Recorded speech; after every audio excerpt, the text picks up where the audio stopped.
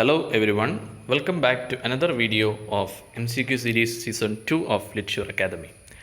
2022 ജൂലൈയിൽ നടക്കാൻ വേണ്ടി പോകുന്ന കേരള സെറ്റ് എക്സാമിന് വേണ്ടി സ്പെഷ്യലായിട്ട് ഇൻട്രൊഡ്യൂസ് ചെയ്യുന്ന MCQ സീരീസ് സീസൺ 2 ആണ് നിങ്ങളിപ്പോൾ കണ്ടുകൊണ്ടിരിക്കുന്നത്.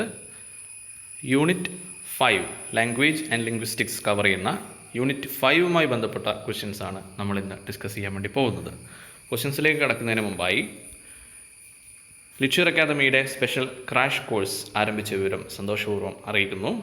മുഴുവൻ സിലബസും കവർ ചെയ്യുന്ന സ്റ്റഡി മെറ്റീരിയൽസ്, ഓരോ യൂണിറ്റിനും സെപ്പറേറ്റ് ആയിട്ടുള്ള മോക്ക് എക്സാം, 120 ക്വസ്റ്റ്യൻസ് അടങ്ങിയിട്ടുള്ള ഒരു ഫൈനൽ മോഡൽ എക്സാം, അതോടൊപ്പം previous year question analysis discussion videos, ഇത്രയും ഫീച്ചേഴ്സാണ് ഞങ്ങളുടെ ക്രാഷ് കോഴ്സിൽ നിങ്ങൾക്കായി ഒരുക്കിയിട്ടുള്ളത്.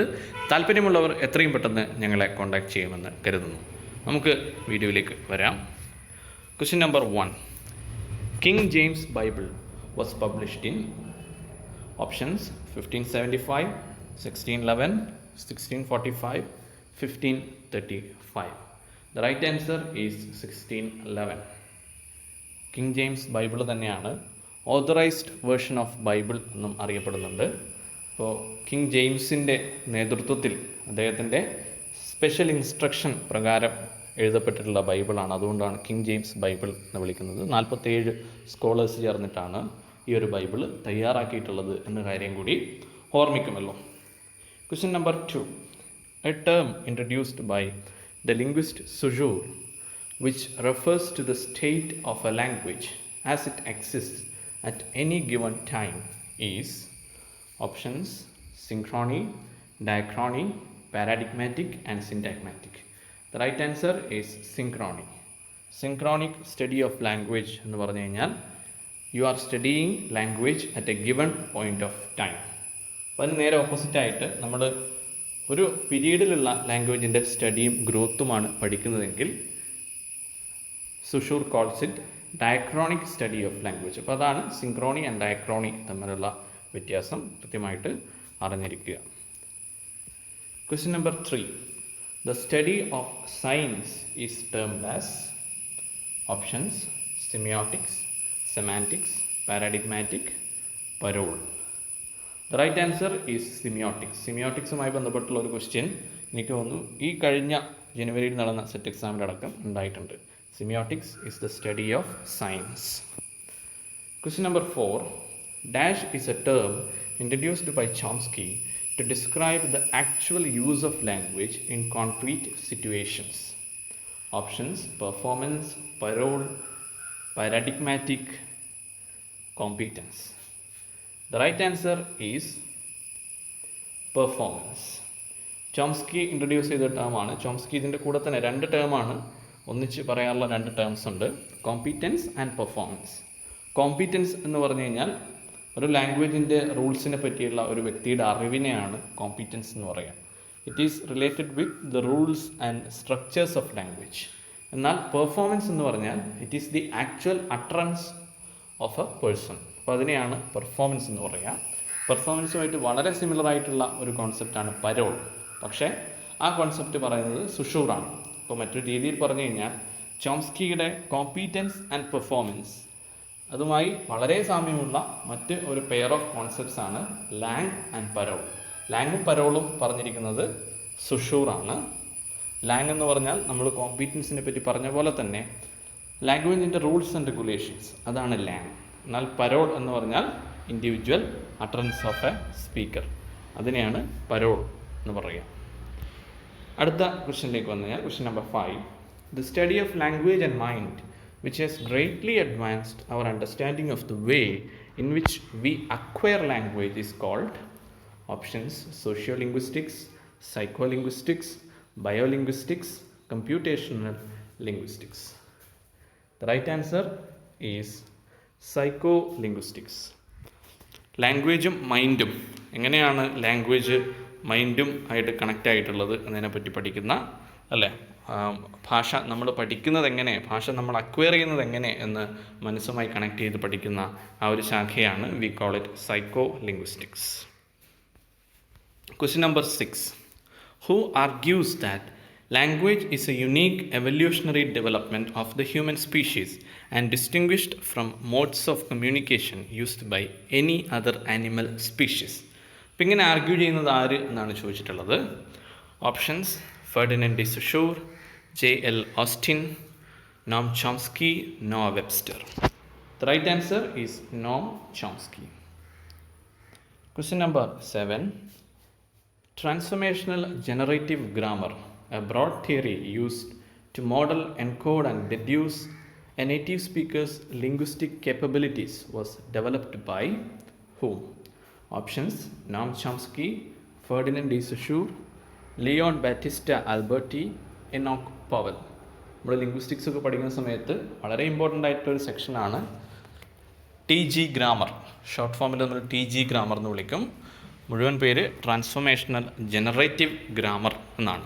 ഇപ്പോൾ TG ഗ്രാമർ എന്ന തിയറി പ്രപ്പോസ് ചെയ്തത് ആരാണ്? നമ്മൾ ലാംഗ്വേജിൻ്റെ സ്ട്രക്ചറിലേക്കും ഓരോ സെൻറ്റൻസിൻ്റെ സ്ട്രക്ചറിലേക്കടക്കം വിളിച്ച് വീശുന്ന ഒരു തിയറിയാണ് TG ഗ്രാമർ. TG ഗ്രാമർ ഉപയോഗിച്ച് നമുക്ക് ഓരോ സെൻറ്റൻസിനെയും ഏറ്റവും മിനിമം കോൺസ്റ്റിറ്റ്യൂവൻറ്റ് പാർട്സാക്കി മാറ്റാനും അതിൻ്റെ സ്ട്രക്ചർ മനസ്സിലാക്കാനും സാധിക്കും എന്നുള്ളതാണ്. ഇപ്പോൾ TG ഗ്രാമർ പ്രപ്പോസ് ചെയ്തത് ആരാണ്, അല്ലെങ്കിൽ ഡെവലപ്പ് ചെയ്തത് ആരാണെന്നാണ് ചോദ്യം. The right answer is Noam Chomsky.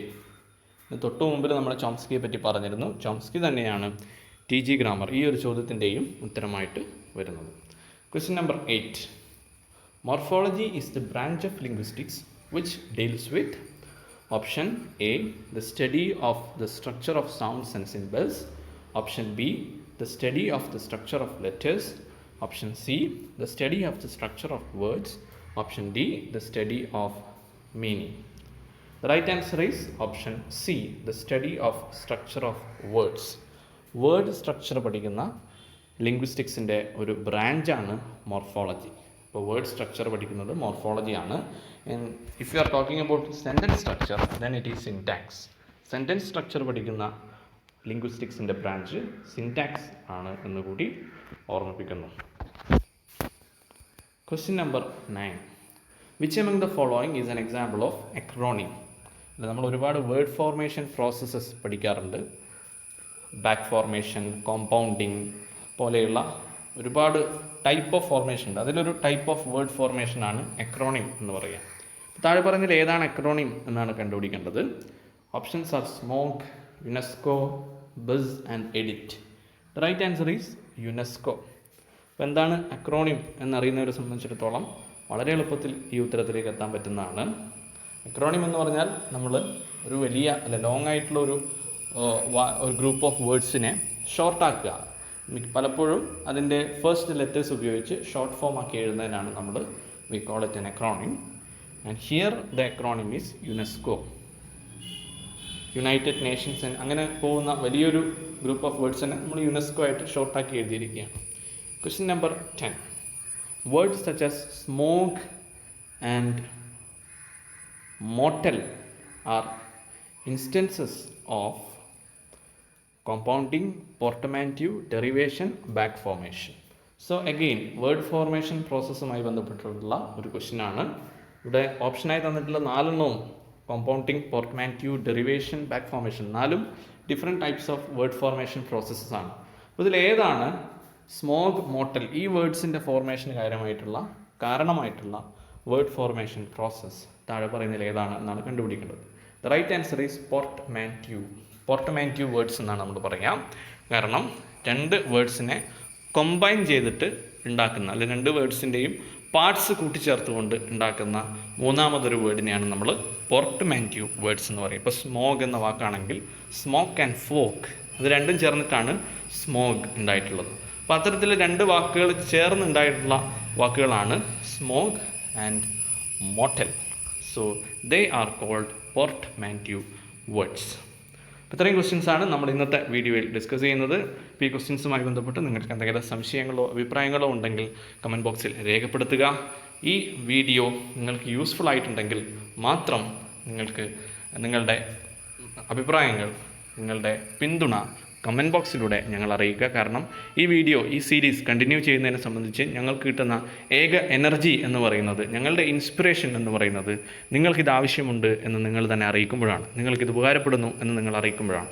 അപ്പോൾ നിങ്ങൾക്കിത് ഉപകാരപ്പെടുന്നുണ്ടെങ്കിൽ തീർച്ചയായും കമൻറ്റ് ബോക്സിലൂടെ നിങ്ങളത് അറിയിക്കും എന്ന് വിചാരിക്കുന്നു. വീഡിയോ ഇഷ്ടപ്പെട്ടിട്ടുണ്ടെങ്കിൽ വീഡിയോ ലൈക്ക് ചെയ്യാനും ഷെയർ ചെയ്യാനും ഞങ്ങളുടെ ചാനൽ സബ്സ്ക്രൈബ് ചെയ്യാനും ഓർമ്മിക്കുമല്ലോ. വീഡിയോ അവസാനിക്കുന്നതിന് മുമ്പായിട്ട് ലിറ്റ്ഷ്വർ അക്കാദമിയുടെ ക്രാഷ് കോഴ്സിൽ ജോയിൻ ചെയ്യാൻ താല്പര്യമുള്ളവർ എത്രയും പെട്ടെന്ന് കോൺടാക്റ്റ് ചെയ്യണം എന്ന് അഭ്യർത്ഥിക്കുന്നു. അപ്പോൾ ഈ MCQ സീരീസ് തുടരുന്നതായിരിക്കും. മറ്റൊരു വീഡിയോയുമായി വീണ്ടും കാണാം. Thank you for watching.